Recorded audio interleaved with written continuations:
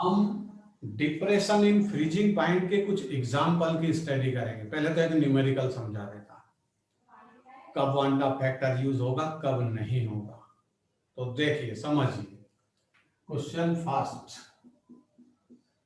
One molality का solution है, solution one molality का है, बट सॉल्यूशन है NaCl का। NaCl का सॉल्यूशन है वन मोलैलिटी का, और आपको पता करना है delta T of depression in freezing point पता करना है। सिंपल सा न्यूमेरिकल है। अब आपकी प्रॉब्लम ये है कि सर उसने वन टॉप फैक्टर तो बोला ही नहीं, तो वन टॉप फैक्टर कभी बोलेगा कभी नहीं बोलेगा। ना बोले, अगर इलेक्ट्रोलाइटिक सॉल्यूशन है तो समझिए वन टॉप फैक्टर है, बट आपकी फैसिलिटी को, आपके लिए कंफर्ट फीलिंग करवाने के लिए, गुड फील कराने के लिए वो बोलेगा। क्या बोलेगा? इफ द डिसोसिएशन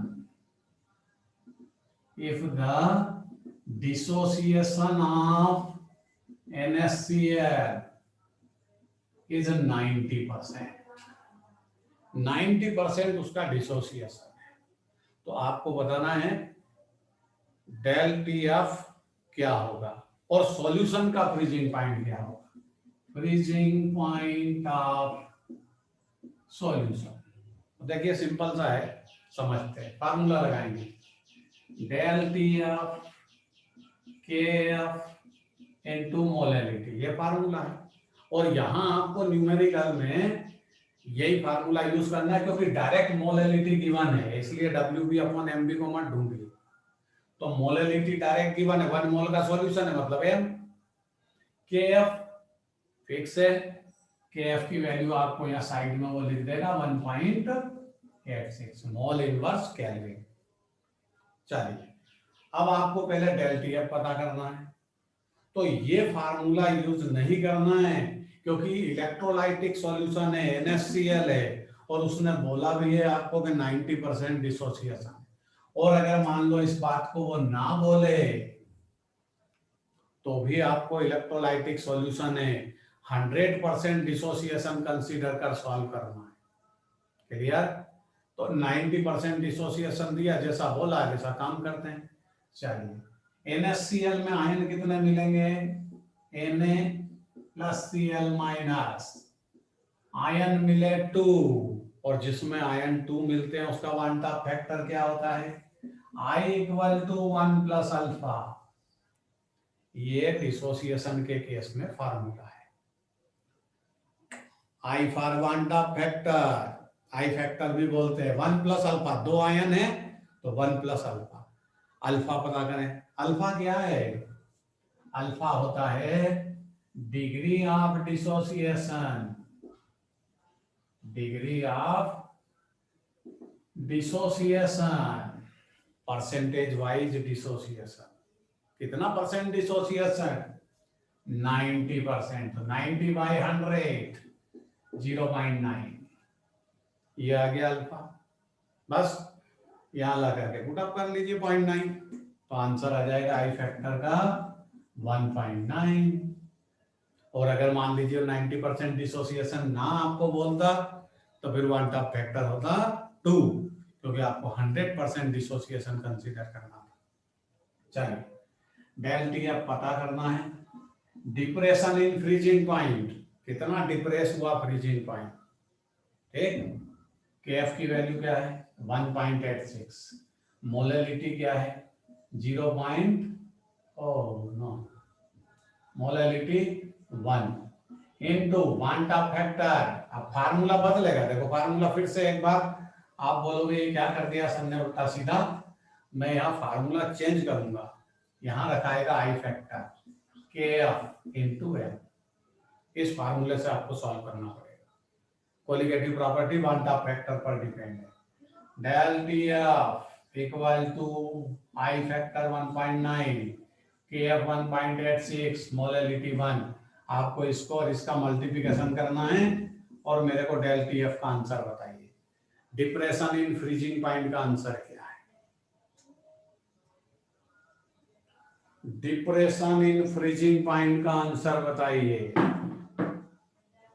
अच्छा ठीक है, पहले डिप्रेशन इन फ्रीजिंग पॉइंट का आंसर बताइए भाई।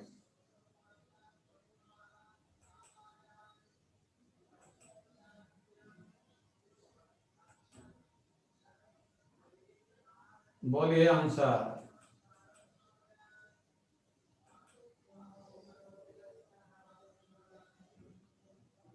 चलिए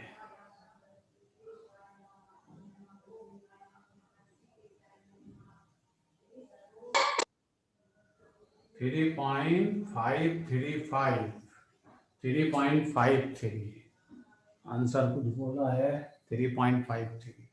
चलिए ये आया 3.53। ये डेल टीएफ है। डेल टीएफ मतलब depression in freezing point. Freezing point का हमेशा डिप्रेशन होता है as compare to pure solvent, क्योंकि प्योर सॉल्वेंट का जो फ्रीजिंग पॉइंट है वो हमेशा कांस्टेंट वैल्यू होती है। कल आपको समझाया था, जैसे वाटर का केस है तो उसका फ्रीजिंग पॉइंट तो 0 डिग्री। अरे एक बार क्या 1000 बार एक्सपेरिमेंट करिए, वाटर का फ्रीजिंग पॉइंट 0 डिग्री आएगा, मतलब वो कांस्टेंट वैल्यू है। बट सॉल्यूशन का फ्रीजिंग पॉइंट वो हमेशा डिप्रेस होता है। अब कितना आया? ये तो डेल टीएफ है, मतलब डिप्रेशन इन फ्रीजिंग पॉइंट। आपसे पूछा उसने सॉल्यूशन का फ्रीजिंग पॉइंट बताइए, तो सॉल्यूशन का फ्रीजिंग पॉइंट क्या होगा?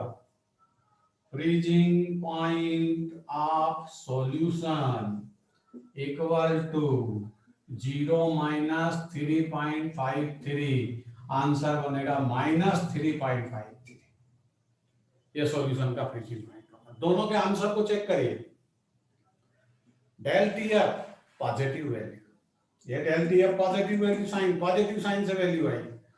But freezing point of solution depress होगा 0 से, वाटर के केस में तो माइनस में जाएगा। और अगर वाटर का केस ना है, किसी दूसरे लिक्विड का केस है, किसी दूसरे सॉल्वेंट का केस है, तो आपको फ्रीजिंग पॉइंट देगा उसका, उससे माइनस करना है। तो जरूरी नहीं कि हर बार ही माइनस आए, लेकिन वाटर के केस में माइनस साइन आएगा। चलिए नोट कर लीजिए।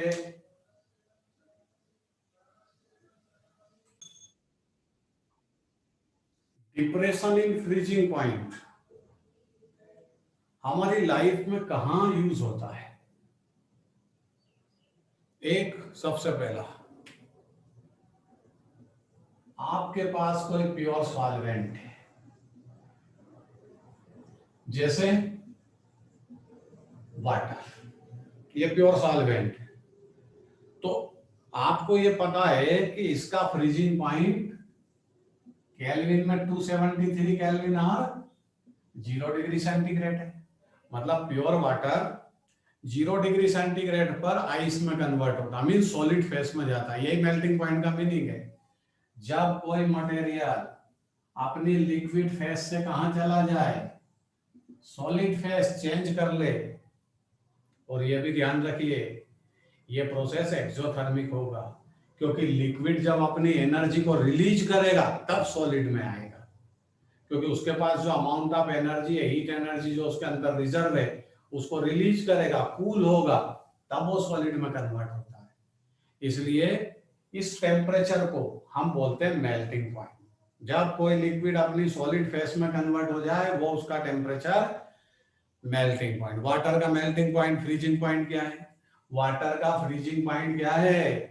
फ्रीज होना मतलब सॉलिड में कन्वर्ट होना। वाटर का फ्रीजिंग पॉइंट क्या है? यहाँ मेल्टिंग पॉइंट की डेफिनेशन आ गई थी, ध्यान रखिए। मेल्टिंग पॉइंट की डेफिनेशन नहीं, हमको फ्रीजिंग पॉइंट की डेफिनेशन करना है, जब लिक्विड फेस से वो सॉलिड में आ जाए। और मेल्टिंग पॉइंट तो इसके अपोजिट होगा, जब वो लिक्विड फेस में चला जाए। तो यहाँ कौन सी डेफिनेशन यूज करना है? हम फ्रीजिंग पॉइंट की स्टडी कर रहे हैं। तो फ्रीजिंग पॉइंट का मतलब क्या है? कोई लिक्विड अपनी सॉलिड फेस में जिस टेम्परेचर पर आ जाए वो उसका फ्रीजिंग पॉइंट। वाटर के केस में आपको पता है वो 273 केल्विन पर फ्रीज होता है। अब मान लीजिए कि आप सी वाटर के पास गए, तो सी वाटर तो सॉल्यूशन है, वो प्योर वाटर कहाँ है? सी वाटर में क्या मिक्स है? मेन कंपोनेंट NaCl है, NaI और भी बहुत सारे साल्ट उसमें मिक्स होते हैं, और ये सब साल्ट सी वाटर में मिक्स होकर किसका फॉर्मेशन कर लेते हैं? सॉल्यूशन का। तो सॉल्यूशन का फ्रीजिंग पॉइंट तो ऑलवेज डिप्रेस। ये पहले 0 डिग्री पर सॉलिड में कन्वर्ट होता था प्योर वाटर, और सी वाटर तो सॉल्यूशन है साल्ट का, बहुत सारे साल्ट उसमें मिक्स है। तो अब ये सॉल्यूशन 0 डिग्री पर सॉलिड में कन्वर्ट नहीं होगा, मींस आइस में कन्वर्ट नहीं होगा। कितने पर कन्वर्ट होगा? सपोज -20 डिग्री सेंटीग्रेड पर सी वाटर आइस में कन्वर्ट होता है। क्यों? क्योंकि depression in freezing point, depression in freezing point कौन सी प्रॉपर्टी है? कोलिगेटिव प्रॉपर्टी है। Depression in freezing point colligative property है। कोलिगेटिव प्रॉपर्टी का मतलब क्या होता है? Properties of solution which are dependent mole of solute, जो सॉल्यूट के मोल पर डिपेंड हो, सॉल्यूट के मोल को इंक्रीज करे प्रॉपर्टी चेंज हो। और यहाँ डिप्रेशन इन फ्रीजिंग पॉइंट है, इसका मतलब आप जितने मोल ऑफ सॉल्यूट इंक्रीज करोगे फ्रीजिंग पॉइंट का डिप्रेशन उतना ज्यादा होगा। क्लियर?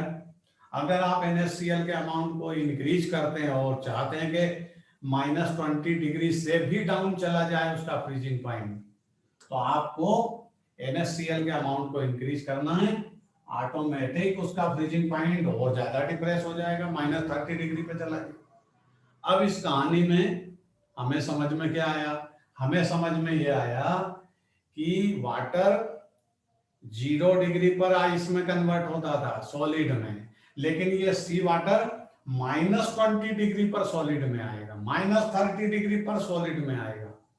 और अगर मान लो नेचर का टेम्परेचर -10 डिग्री सेंटीग्रेड है, तो नेचर का टेम्परेचर -10 डिग्री है, तो सी वाटर कौन सी स्टेट में रहेगा? सी वाटर अपनी लिक्विड फेस में रहेगा, वो आइस में कन्वर्ट नहीं होगा। तो यह हमें फायदा हुआ ना, उसकी फिजिकल स्टेट अभी भी लिक्विड है। और दूसरी स्टोरी इसके साथ एक और अटैच है कि सी वाटर जब सॉलिड में कन्वर्ट होता है, मतलब वाटर सॉलिड में कन्वर्ट होता मींस आइस का फॉर्मेशन करता है, तो आइस की डेंसिटी होती है लोअर और वो अपवर्ड मूव करती है, और कहां आ जाती है? उस सी वाटर के सरफेस पर फ्लोट करने लगती है, और डाउन साइड का जो वाटर है वो अपनी लिक्विड फेस में ही बना रहेगा, मेंटेन रखेगा अपने आप को लिक्विड फेस में, क्योंकि उस डाउन लेवल में जितना भी वाटर है, चाहे वो -20 डिग्री चला जाए, वो आइस में बदलेगा और फ्लोट करने लगेगा, ऊपर आ जाएगा। नीचे का वाटर लिक्विड फेस में ही रहेगा, ताकि उसके सारे लिविंग थिंग्स के नाम से फेमस है, वो जिंदा है। ये इसका अपने को एडवांटेज है। सी वाटर में -20 या -30 डिग्री पर जाकर वो आइस में कन्वर्ट होता है, और जैसे आइस में कन्वर्ट होगा वो अपवर्ड मूव कर जाएगा, डाउन साइड का वाटर लिक्विड फेस में रहेगा। ये हमें डिप्रेशन इन फ्रीजिंग पॉइंट का एक एडवांटेज है, एप्लीकेशन है। दूसरा, पहले इसको हटाऊंगा फिर दूसरा एप्लीकेशन समझाऊंगा। वाटर का फ्रीजिंग पॉइंट क्या है? अरे वाटर का फ्रीजिंग पॉइंट तो कांस्टेंट वैल्यू है, दुनिया में आज तक ना बदली। हजारों एक्सपेरिमेंट करोगे, वाटर का फ्रीजिंग पॉइंट 0 डिग्री ही आएगा, 273 केल्विन। अब हम क्या करें, इसमें सॉल्यूशन का फॉर्मेशन करें और small amount of glycol mix करें, तो ये किस में कन्वर्ट हो गया? ग्लाइकोल वाटर, और ये तो सॉल्यूशन फॉर्मेशन हो गया। और सॉल्यूशन का फॉर्मेशन होगा तो फ्रीजिंग पॉइंट क्या हो जाएगा? फ्रीजिंग पॉइंट का तो डिप्रेशन हो जाता है। डिप्रेशन इन फ्रीजिंग पॉइंट कितना हो गया? Suppose -10 degree. ये तो डिपेंड करता है कि आपने ग्लाइकोल कितना यूज किया, जितना ज्यादा यूज करोगे उतना ज्यादा डिप्रेशन होगा, क्योंकि ये मोल पर डिपेंड है और मोल में भी आयन पर डिपेंड है। Maximum number of ion, maximum depression, क्योंकि ये कोलिगेटिव प्रॉपर्टी है। अब यहां पर आप ग्लाइकोल वाटर को यूज कहां करते हैं, क्यों बनाया ग्लाइकोल वाटर, तो आपको ध्यान होगा मोटर व्हीकल में, फोर व्हीलर, बड़े बड़े मोटर व्हीकल होते हैं, उनमें ग्लाइकोल वाटर को हम यूज करते हैं। सामने मोटर व्हीकल के ऐसा रेडिएटर होता है, क्या होता है, इंजन को कूलिंग करने में, इंजन पर कूल एयर सप्लाई करने के लिए हम इस ग्लाइकोल वाटर को यूज करते हैं। क्यों करते हैं, यहां पर बहुत से पाइप्स होते हैं और इसमें साइड में कंप्रेसर होता है जो यहाँ वाटर की सप्लाई करेगा पाइप में। अब बताओ, वाटर अगर सिंगल ही है तो उसको आप कूल करना चाहते हो, इस पाइप के अंदर आपने वाटर सप्लाई किया, as per rule water supply करते नहीं, बट हमने अभी किया, पहला एक्सपेरिमेंट है कि वाटर सप्लाई किया और हमें कूलिंग एयर चाहिए, जो इस पे एयर कोलाइड करेगी वो इससे कूल होकर इंजन को पास हो, ताकि इंजन कूल होता रहे। अब ये पाइप के अंदर जो वाटर है वो कूल होना चाहिए, आप उसको कूल कर रहे हैं कंप्रेसर के थ्रू, राउंड लगाते हैं तो ठंडा होता है, कूल होता है, कूल करते करते आप इसको कहां ले आए, 0 डिग्री सेंटीग्रेड पर। अब बताओ, आप इसको सर्कुलेट कर सकते हो इस पाइप में कंप्रेसर के थ्रू, अरे ये तो आइस में कन्वर्ट हो गया, सॉलिड हो गया, ब्लॉक हो जाएगा पाइप। अब यहां सर्कुलेशन नहीं रहेगा इस पाइप के अंदर, रेडिएटर के पाइप के अंदर। तो अपनी प्रॉब्लम ये हुई कि हम वाटर को कूल करना तो चाहते हैं कंप्रेसर से, एक प्रोसेस होता है कि सर्कुलेशन में जाएगा तो ये कूल होगा, बट 0 डिग्री पे जैसे ही वाटर आएगा वो तो सॉलिड हो गया। अब वो सर्कुलेट होगा क्या मोटर से, नहीं, बंद हो जाएगा।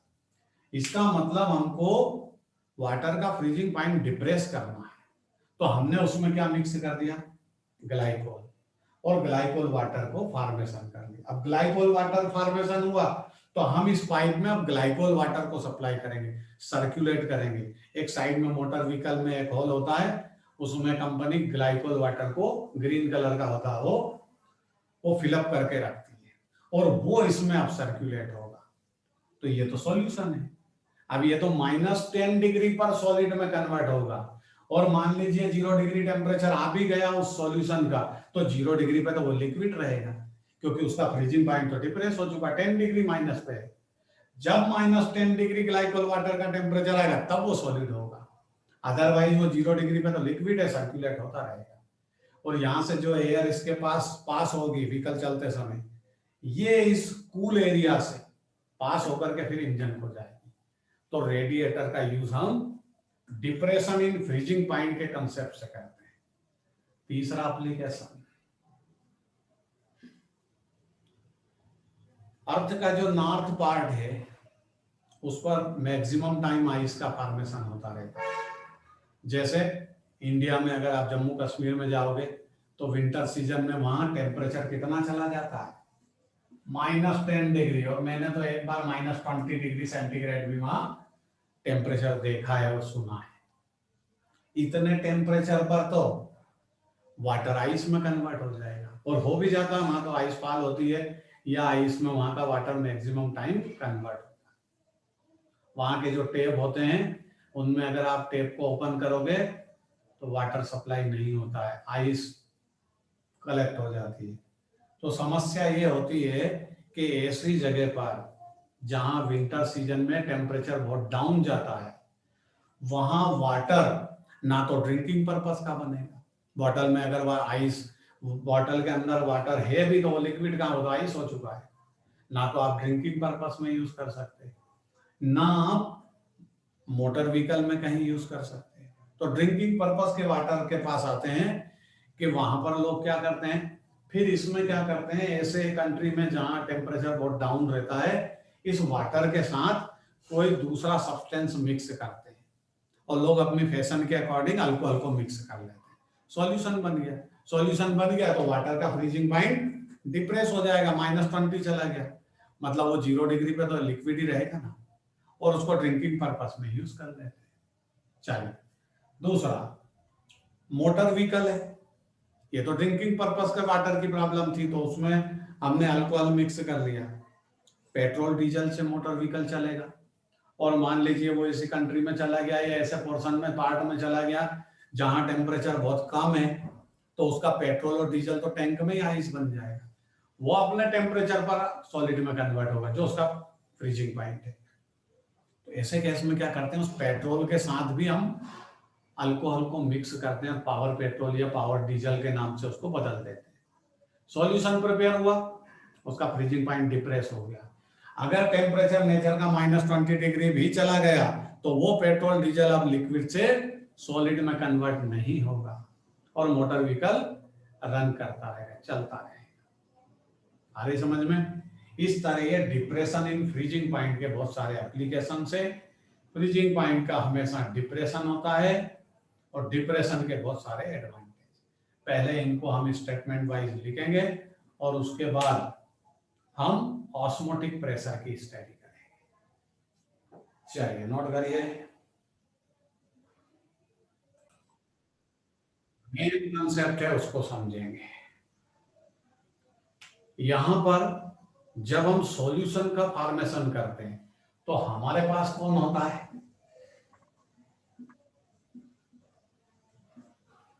हमारे पास होता है प्योर सॉल्वेंट।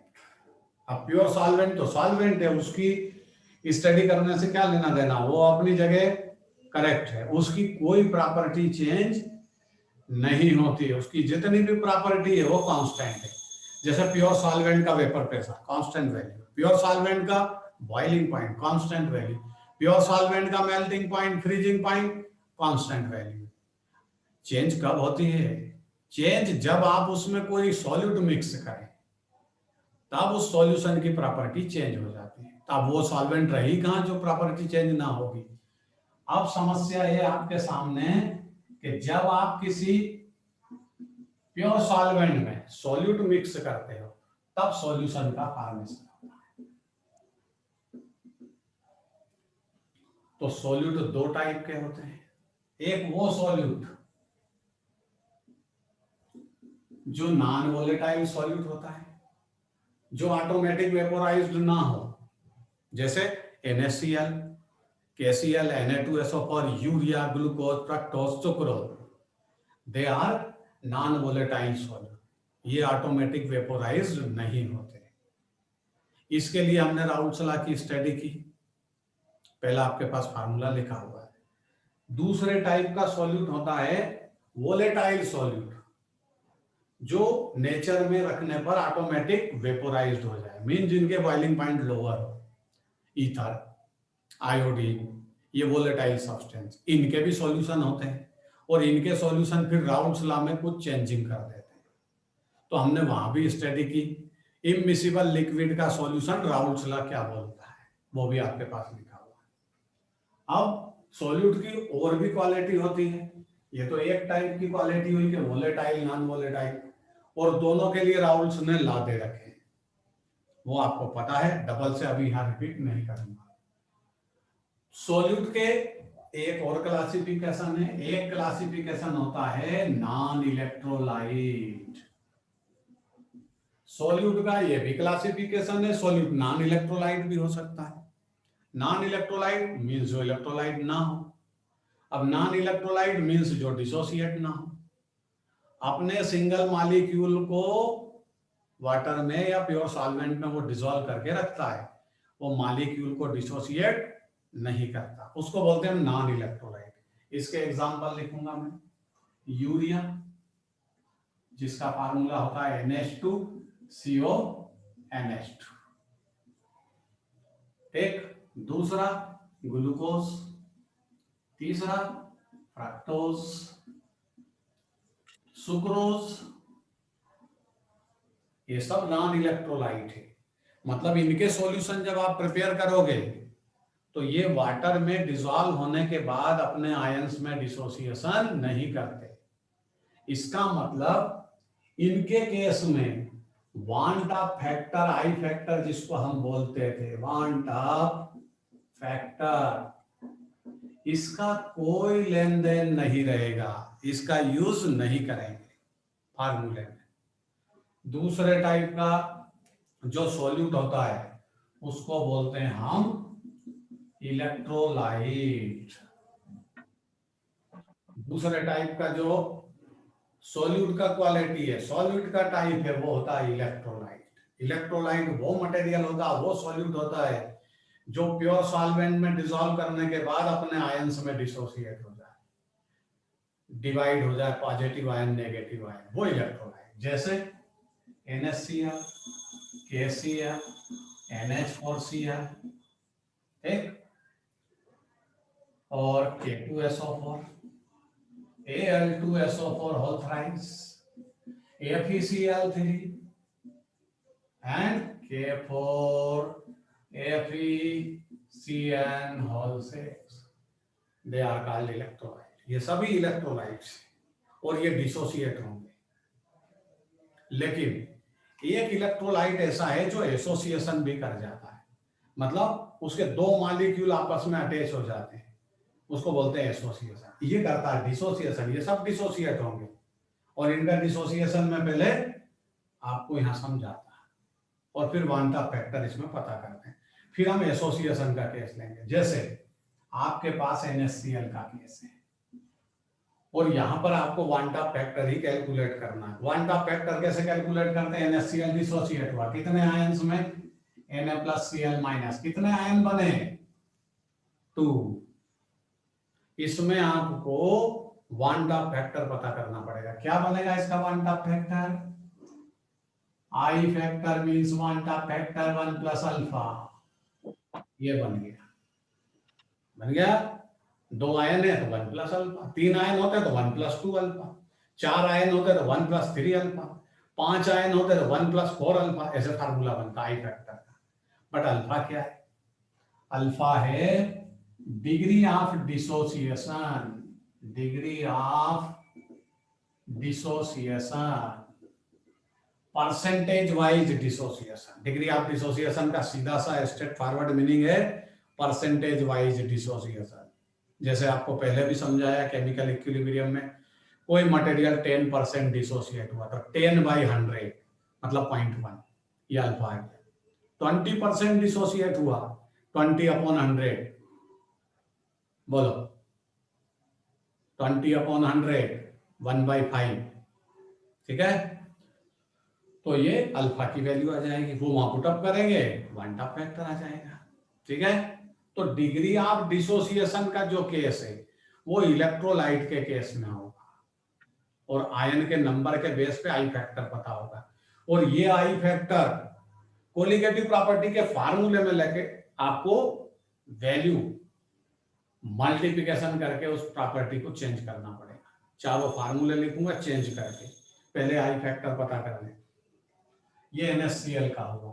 अब जैसे मान लीजिए आपके पास K2SO4 है, ये है K2SO4, तो इसमें आयन कितने मिलेंगे? 2K + SO4 double minus. Ion मिले 3 तो आई फैक्टर का फार्मूला बनेगा 1 + 2 alpha. Alpha percentage wise dissociation है, वो बोलेगा उतना अल्फा रखिए, आंसर आ जाएगा। जैसे उसने बोला कि ये 60% डिसोसिएट हुआ तो 60/100.6, ये अल्फा आ गया। बस अल्फा की वैल्यू यहां रख दी तो आई फैक्टर 1 + 2 × 0.6, ये होगा, क्या पता क्या होगा, 1.2 2.22, ये आ गई अल्फा की वैल्यू। और ये तो सीधा वांटा फैक्टर आ गया। इस आयन में K4FeCl6 में कितने आयन मिलेंगे? 4 पोटेशियम के प्लस FeCl all 6 4 माइनस, एक 4 आयन इसके, एक आयन ये मिलेगा, कॉम्प्लेक्स आयन है, डिसोसिएट नहीं होता। 5 आयन मिले, आई फैक्टर का फार्मूला 1 + 4 अल्फा, और अल्फा 50% डिसोसिएशन है तो क्या हो जाएगा? I factor equal to 1 + 4 × 0.5, answer बनेगा 3। ये आई फैक्टर का आंसर है। तो डिसोसिएशन के केस में हम इस टेक्निक से वांडा फैक्टर को पता करें। और वांडा फैक्टर का यूज कहां करेंगे? कोलिगेटिव प्रॉपर्टी में। यहाँ लिखना, 4 कोलिगेटिव प्रॉपर्टी आपने पढ़ी है, उन फार्मूले में इसको यूज कहां करेंगे? कब करेंगे? जब इलेक्ट्रोलाइटिक सॉल्यूशन हो। तो बिना बोले आपको वांडा फैक्टर यूज करना है। वैसे वो इतना निर्लज और वो नहीं है कि आपको बोलेगा नहीं, हर साल बोलता है एग्जाम में कि भाई डिसोसिएशन हुआ है, या अजूम करने का बोलेगा कि नहीं हुआ है, ठीक, या 100% डिसोसिएशन हुआ ऐसा बोलेगा। तो ये पहली property, P not A minus P A upon P not A, relative lowering of vapour pressure. यहाँ फार्मूला पुटअप करेंगे, i W B upon M B into M A upon W A. ये i factor का use किया, multiplication करना i factor का। ये del T F, del T B equal to i K B into F. ये second form, ये first, ये second, ये third. Del T F equal to i factor K F into F. I factor हर जगह आपको use करना। अभी एक ऑस्मोटिक प्रेशर आपने नहीं स्टडी किया, वहां भी आई फैक्टर यूज होगा। तो ये डिसोसिएशन का केस है, पहले इसको नोट करिए आप। जैसे पुराने टाइम में मैंने, चलिए अब बात करेंगे degree of association.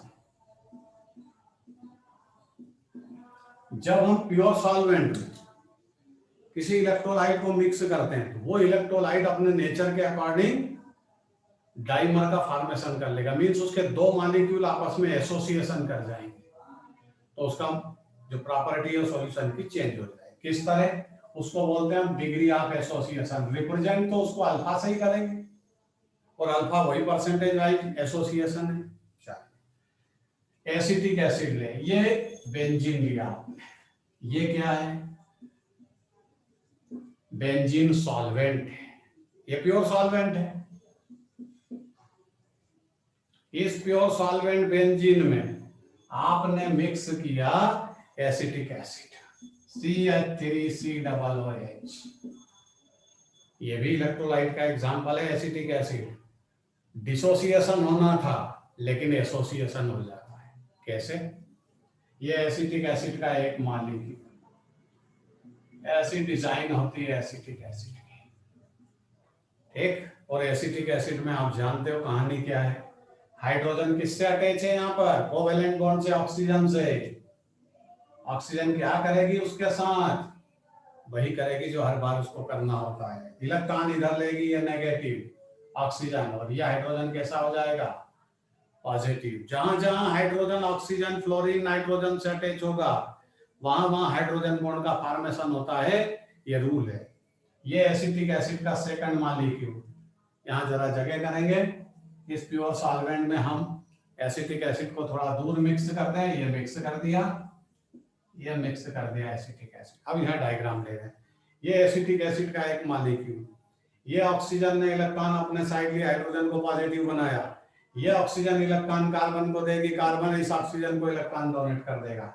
Pi bond के इलेक्ट्रॉन है, ये ऑक्सीजन नेगेटिव, दोनों oxygen negative positive resonating structure gain कर लेती, दोनों मिलकर के हाइड्रोजन को पॉजिटिव बनाती है। एसिटिक एसिड का सेकंड मॉलिक्यूल इधर CH3, C, ये डबल बॉन्ड O, ये O, ये H। इसकी भी कहानी वही है, अभी तो एसिटिक एसिड है, ये इधर गया, ये पॉजिटिव, और ये ऑक्सीजन का पाई बॉन्ड इधर आया, ये नेगेटिव। चलिए अब क्या होगा समझ गए होंगे आप। ये पॉजिटिव हाइड्रोजन इस नेगेटिव ऑक्सीजन से सेटिंग करेगा और एक स्पेशल अट्रैक्शन फोर्स अप्लाई करेगा जिसका नाम है हाइड्रोजन बॉन्ड। ये अपना बदला इधर लेगा, ये भी बॉन्डिंग कर लेगा। कौन सी हाइड्रोजन बॉन्डिंग हो गई? Intermolecular hydrogen bond. Acetic acid का मॉलिक्यूल जब बेंजीन सॉल्वेंट में डिसॉल्व होता है, इलेक्ट्रोलाइट है, फिर भी डिसोसिएशन के अगेंस्ट ये एसोसिएशन करता है। किसके कारण? Due to formation of intermolecular hydrogen को। क्या फॉर्म किया उसने? एक मॉलिक्यूल ये, एक मॉलिक्यूल ये, एक अकेला हो मोनोमर, दो हो डाइमर, बहुत ज्यादा हो पॉलीमर, तो ये किसका फॉर्मेशन हो गया? डाइमर। ये एसोसिएशन का केस है।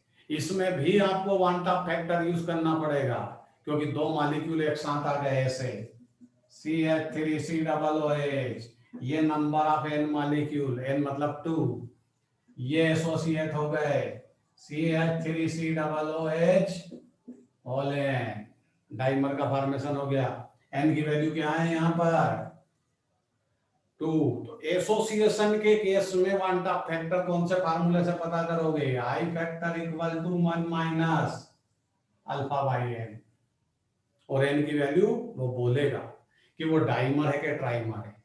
डाइमर होगा तो n की वैल्यू 2 लिखना, ट्राइमर होगा तो n की वैल्यू 3 लिखना।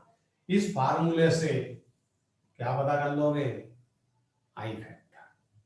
आई फैक्टर के आज की डेट में 2 फार्मूले खत्म हुए, बट आई फैक्टर का एक फार्मूला और है, वो स्टडी करेंगे हम कल।